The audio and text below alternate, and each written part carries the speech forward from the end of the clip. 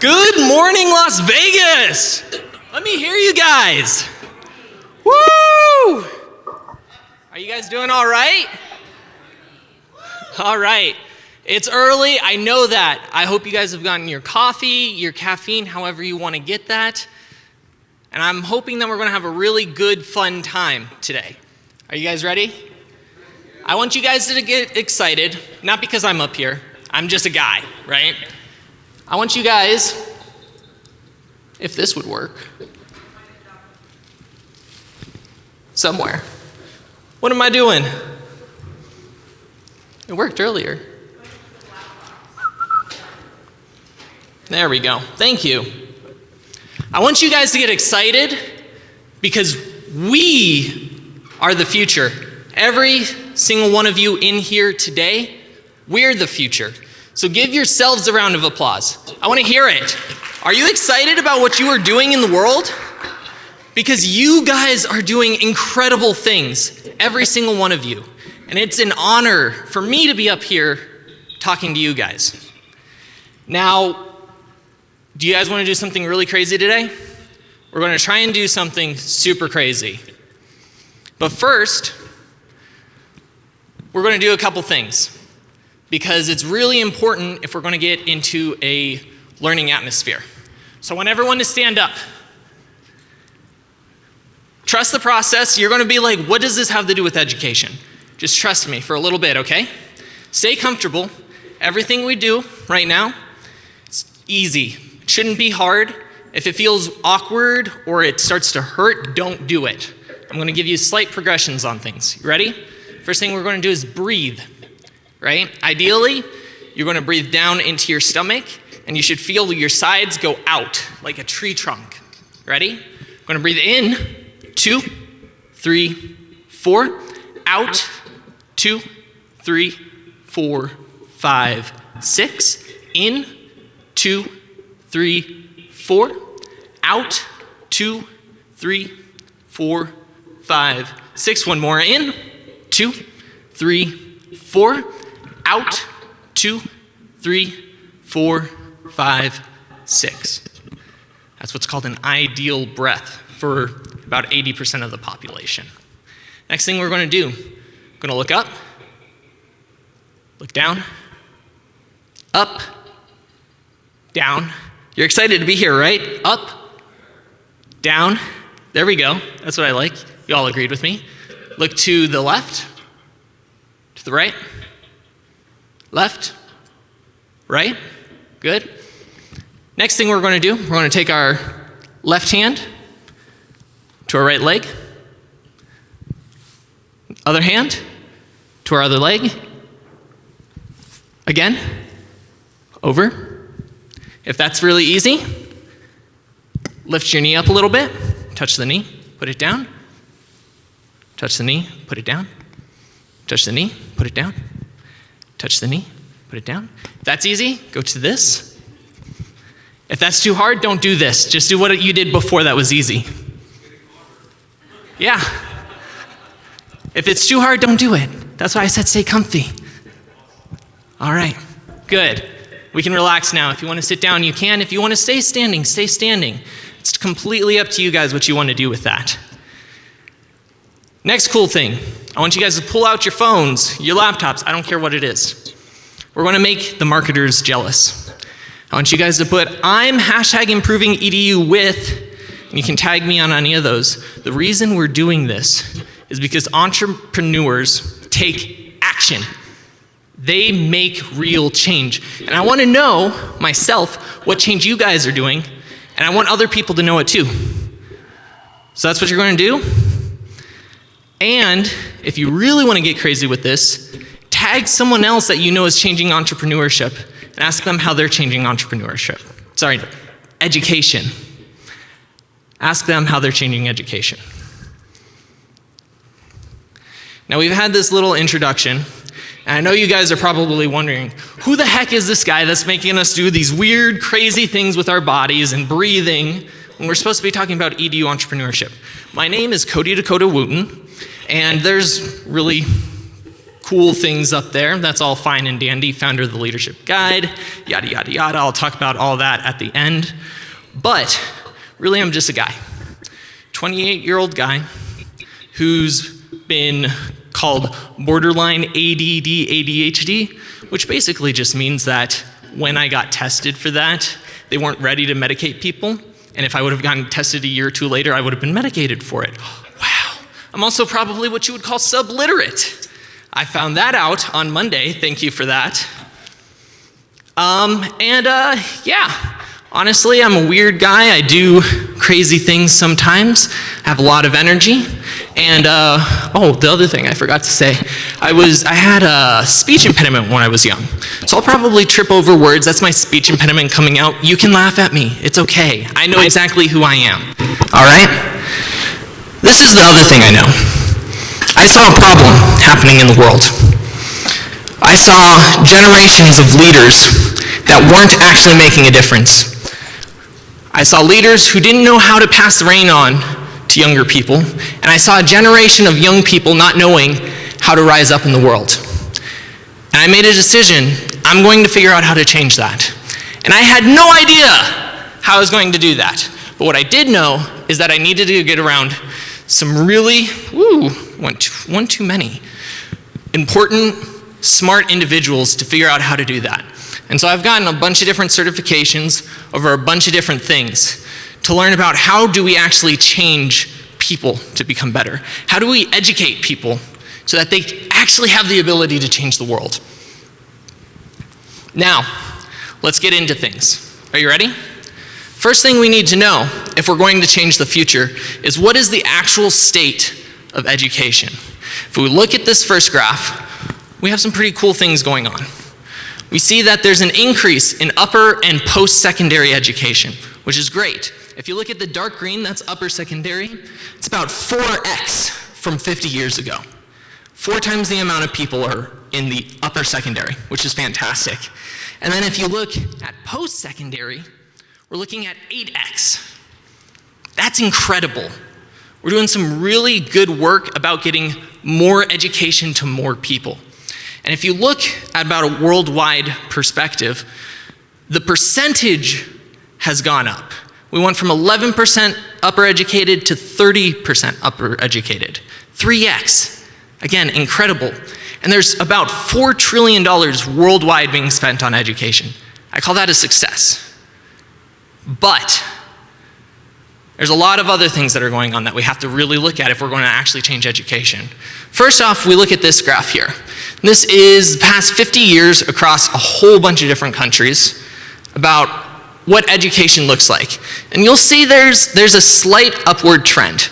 It averages to about 50 points over 50 years, or 1 point increase in educational scores per year, which sounds good. We're getting better, but the truth is it's not really improving. Education's not improving. If we have a lot more people getting higher educated, of course these numbers should be increasing. The problem is that if education itself was getting better, we should see exponential increases here. Because not only are more people getting educated, but education itself is becoming better. And that's not what we're seeing. Another thing to look at. This is 2 different graphs that are showing either a college degree match or a college major match. And the truth is, higher education is not leading to later success. You have 1/3 of college graduates that are underemployed. That means that I went to college so that I could make X amount of money, and I'm making significantly less than that. That's the truth. Another thing is that 3/4 of people aren't in a match with their major. That means I spent a lot of money to go to a school so I can become a master at this thing, and I'm not even doing it. That's the truth about our educational system right now. And leadership, that's the world I come from, only 20% of it's effective. Who in here thinks that 20% is acceptable for anything? I don't. And I don't think any of you should either. So, we have to look at the state of education still. And the other thing to know is that education is being commoditized. What does that mean? If you look at a car, there's a bunch of car brands. You know exactly what those brands are. But if you go to the grocery store and look at an orange and you say, who made the oranges that I buy? You probably don't know. That's what's happening to education.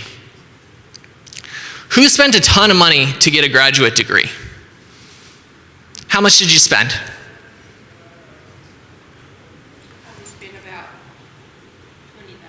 $20,000. How much did you spend? Back here. I have across three, about 80,000. 3 graduate degrees, $80,000. I saw one person in here yesterday who was with a university where they do their graduate degrees for $6,500. $6,500 for a graduate degree. Or you can look at the Power Business School, where you get an education from co-founders of Netflix, YouTube, and Tesla, some of the top companies in the world, and they're only charging $1,600 for a graduate degree. On top of this, you look at Google and YouTube, free. And you can learn from some of the most educated people in the world for free. And we have to ask students to pay $80,000 over 3 degrees, $20,000 for 1 degree, when they can get that education for free? Why should they? Plus, a lot of companies, they're not even looking for degrees anymore. If you look at Apple, IBM, they no longer require a degree, which means that if you choose to get a degree, it's so it looks pretty. You don't actually need it anymore. That's the truth. And I don't think that's how it should be, because education is really important, but that's how the world is starting to see it. On top of this, we have to look at the physiological factors that are impairing us. It is 100% fact that there's increases in burnout, anxiety, and depression across the world, across all different ages. Some people are even saying that people are starting to get depressed in pre-K. Pre-K. When I was in pre-K, I didn't have a care in the world. But that is the world we are in. And when you are facing these things, the fact is that it is impossible to learn. And what you retain is almost nothing. So what does this mean for us as an Edu entrepreneur? We're looking at the state of things. That's the truth of it. Where's the opportunity? Because entrepreneurs look for the opportunities that exist. And the first thing that we need to know is that teaching information is no longer enough. Who knows about red ocean, blue ocean strategies? No one. Perfect. Quick rundown, right? Blue ocean means that there's no major competitors, that it's open for an entrepreneur to make success there.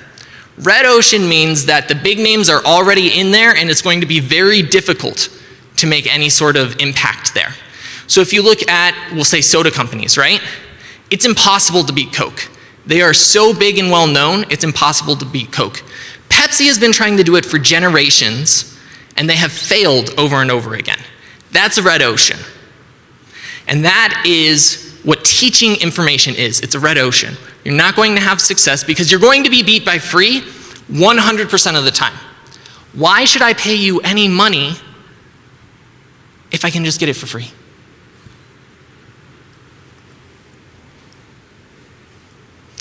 And on top of that, it's going to be very difficult to beat whoever is the category kings and queens that have already established themselves in that space. So if you're trying to beat Google, YouTube, Facebook, Instagram, you're going to have a very difficult time beating those companies because they're already established.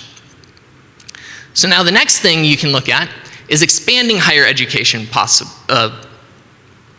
the board, right? And there is a market for that. It is viable. If you remember that first graph we looked at, there is still a lot of gray, which means that they're not getting any education. And below the post-secondary, there was still quite a bit there. So there is opportunity there, but it is quickly becoming a red ocean. If you don't make your move there quickly, you will lose that opportunity. And Power MBA is a perfect example of that. They are quickly looking to get those opportunities into more people's hands, and there's not going to be that opportunity much longer.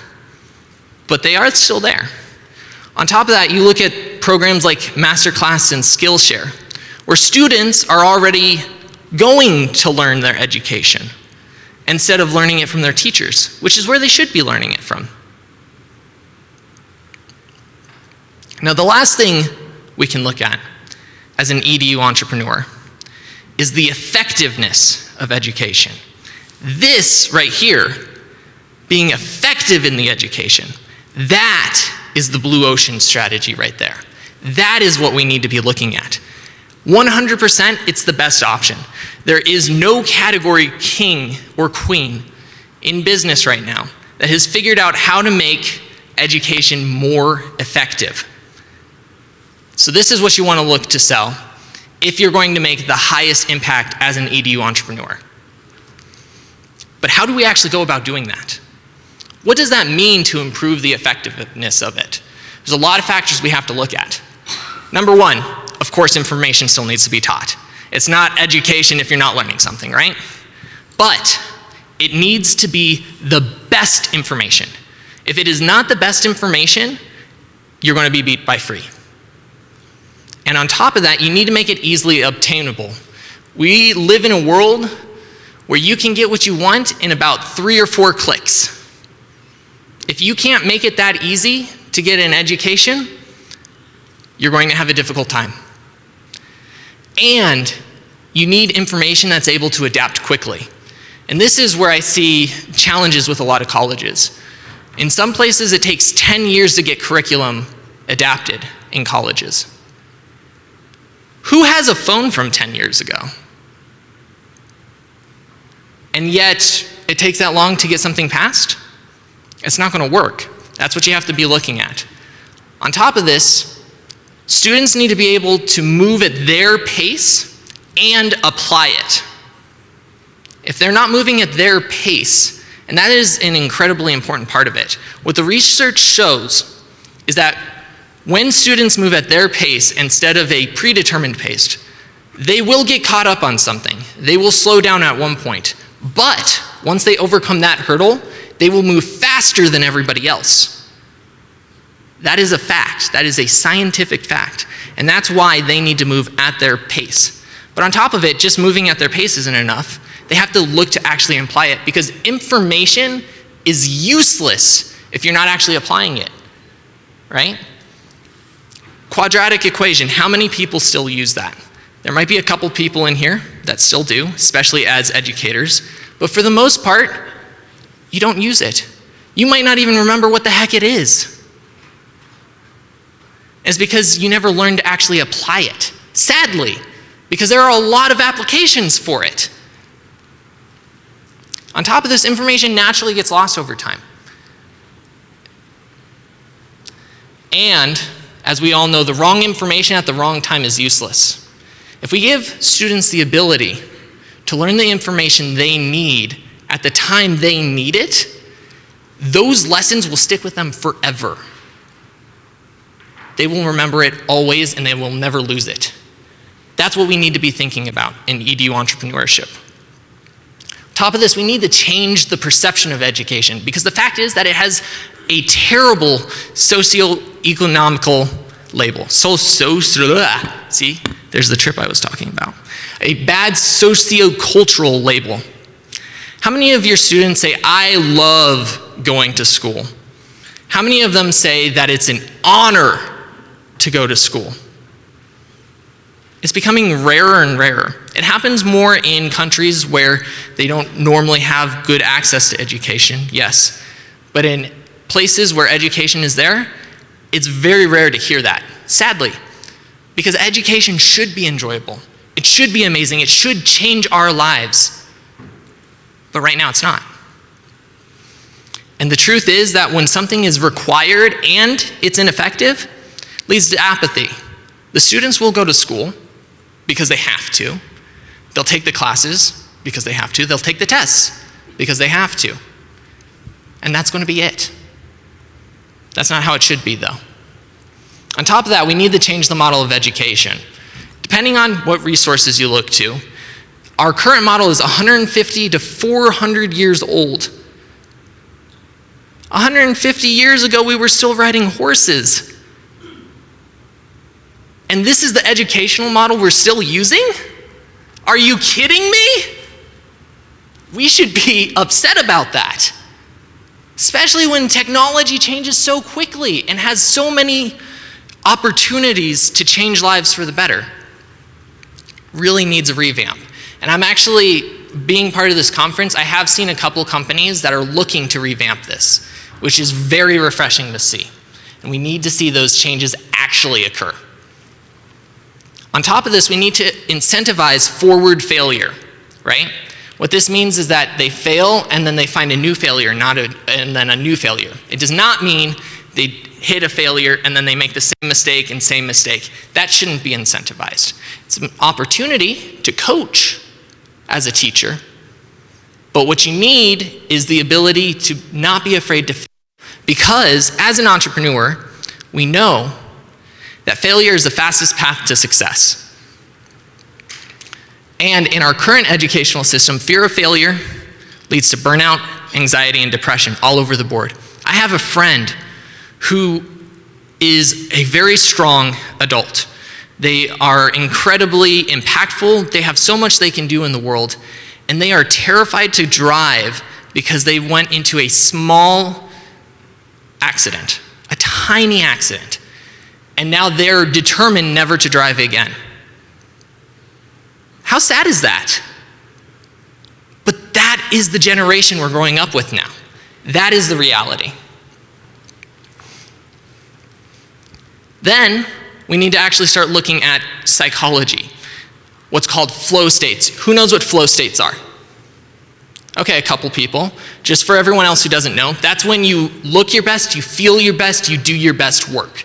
Have you ever felt that time where like you were in a conversation with someone, and it was a great conversation, and you're like, this was like a 10-minute conversation, and you looked at your watch and that like an hour passed, and you're like, what happened to the time?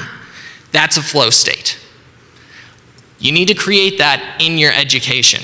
But what the research also shows is that that alone is not enough, that you have to go from individual flow to group flow, where you experience flow with the whole group of people. The number one, actually two top places to experience flow, work and school. And yet so many people hate those two places when they should love it because that's the place they're experiencing their best times. But it's because it's not leading to group flow. They don't attribute that flow to being with the group. The reason I had everyone go to social media earlier for #ImproveEDU is because I'm trying to create a group flow. We are one group here trying to change the world for the better. That's what I'm trying to do with you guys. And that's what we need to do in our education. There's a lot of things that go into group flow. I don't have enough time to go into all of them, but I will have the slides for all of you guys later so you can look into this more. On top of this, we have to look at the psychophysiology of people. This is going to help decrease burnout, anxiety, and possibly depression in people if we understand how our physiologies actually work. And guess what helps with that? Breathing, movement, coherence. That's why we started the session with breathing.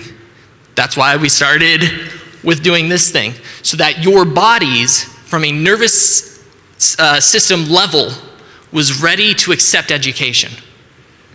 But we don't teach that in our schools. We don't teach those things with the people we're trying to educate.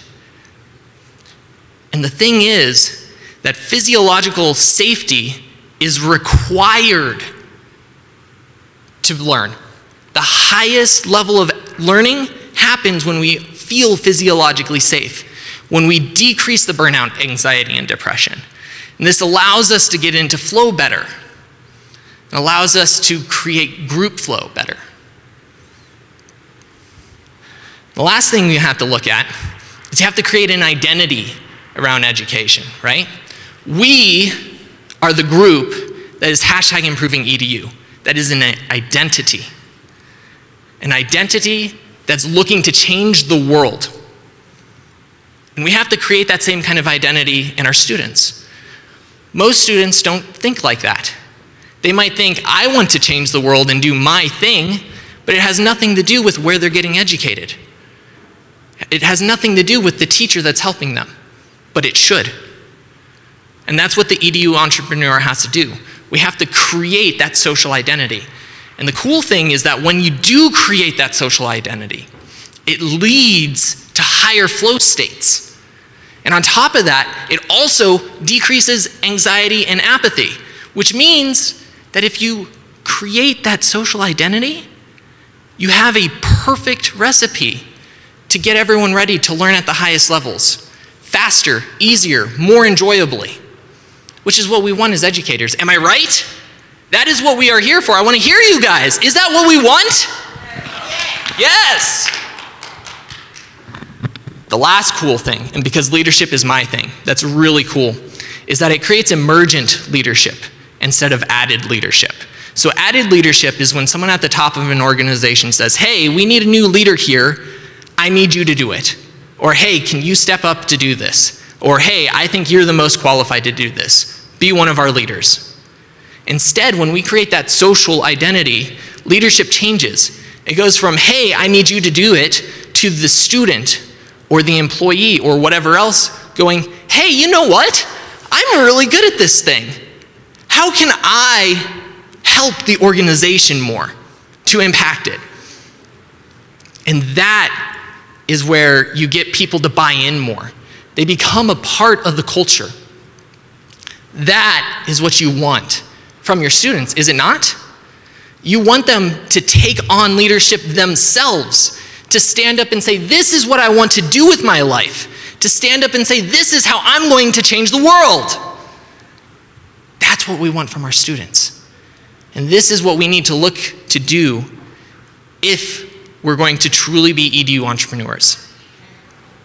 So I'm someone that firmly believes that you have to give credit where credit is due. So I have a whole bunch of sources. I'm not going to go source by source because it's going to take way too much time. But these are all the sources that went into creating this presentation for you guys.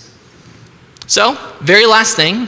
We'll do questions in just a second, but I've got free gifts for you guys. If you go to www.theleadership.guide/edu2, I have over 100 pages worth of free PDFs for you. I have this PowerPoint presentation, which you will have free access to.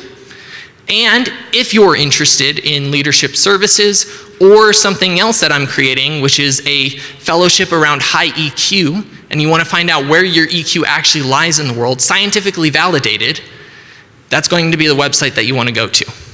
So we'll take questions now. In the meantime, continue going to social media. I'm #ImprovingEDU with me so I can reshare and comment, and let's blow up social media. Who's got a question? Come on, don't be shy. I know someone's got a question. Okay, let's hear it. Hey, good morning, everyone. How did you find this passion? Because this is clearly a passion for you. I'm just interested in what has led you to, EDU leadership, and what is the, what's the driving force for you? Is that a higher education degree for you, or what is, where does that come from? Great question. For me, it was being one of the students that didn't get what they needed out of normal education. I went through high school. I got good grades. I can't say I was a great student. There are definitely times where I probably should have studied and I didn't. I'm honest about that. But there was always something missing and I couldn't figure out what it was. And then I looked at the world. I was seeing all the problems that are happening in the world. And they're everywhere. It doesn't matter what country you live in, it doesn't matter what age you are, what ethnicity group you are, what preferences you have. There are problems everywhere. And what I was seeing was not solutions, but fighting. And fighting never leads to solutions. And I said, that's not okay. It's not okay. If we're going to actually change the world, we have to figure out how to unite each other. We need to take steps forward to progress. We can't wait for things to happen, because when we wait, they won't happen. That's a fact. And I said, if someone else isn't going to do it, I will. I had no idea how. I had no idea where to start. But I just started taking action. I failed a lot. But I also know that that failure is what led me to being here today. If you would have asked me 10 years ago, if I would have been on stage in front of anyone for anything, I would have laughed at you, because I thought I was an introvert at that time.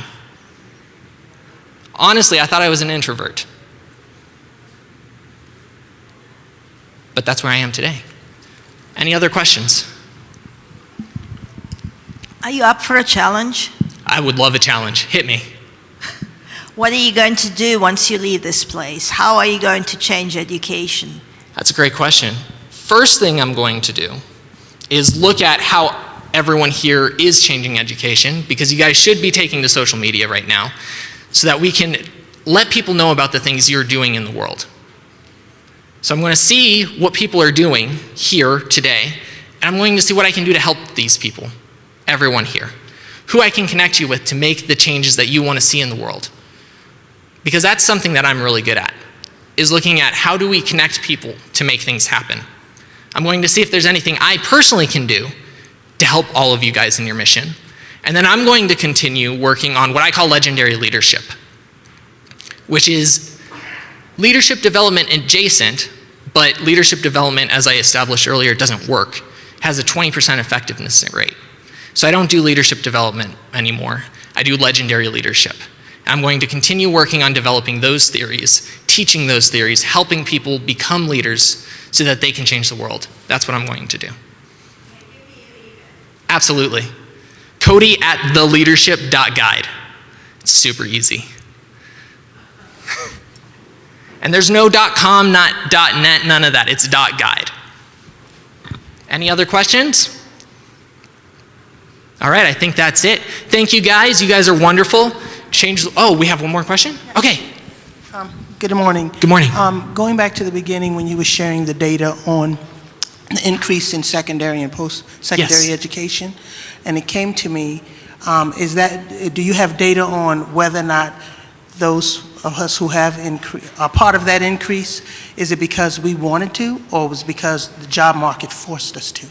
Ooh, that's a fantastic question. I do not have the data on that. I'm going to be honest with you. It is a great question. I could look into it for you. Yeah, I appreciate that. Yeah, reach out to me, ask that question again, because I have a short memory. That's another honest truth about myself. Okay, and you said that your email is? Cody, C-O-D-Y, at theleadership.guide. Yeah, and I will definitely look into that, because that is a fantastic question. All right. Thank you all. You guys are the world changers. Every single one of you here, don't applaud for me. I want you to applaud for yourselves, because you guys are the change that the world needs. Give it up for yourselves.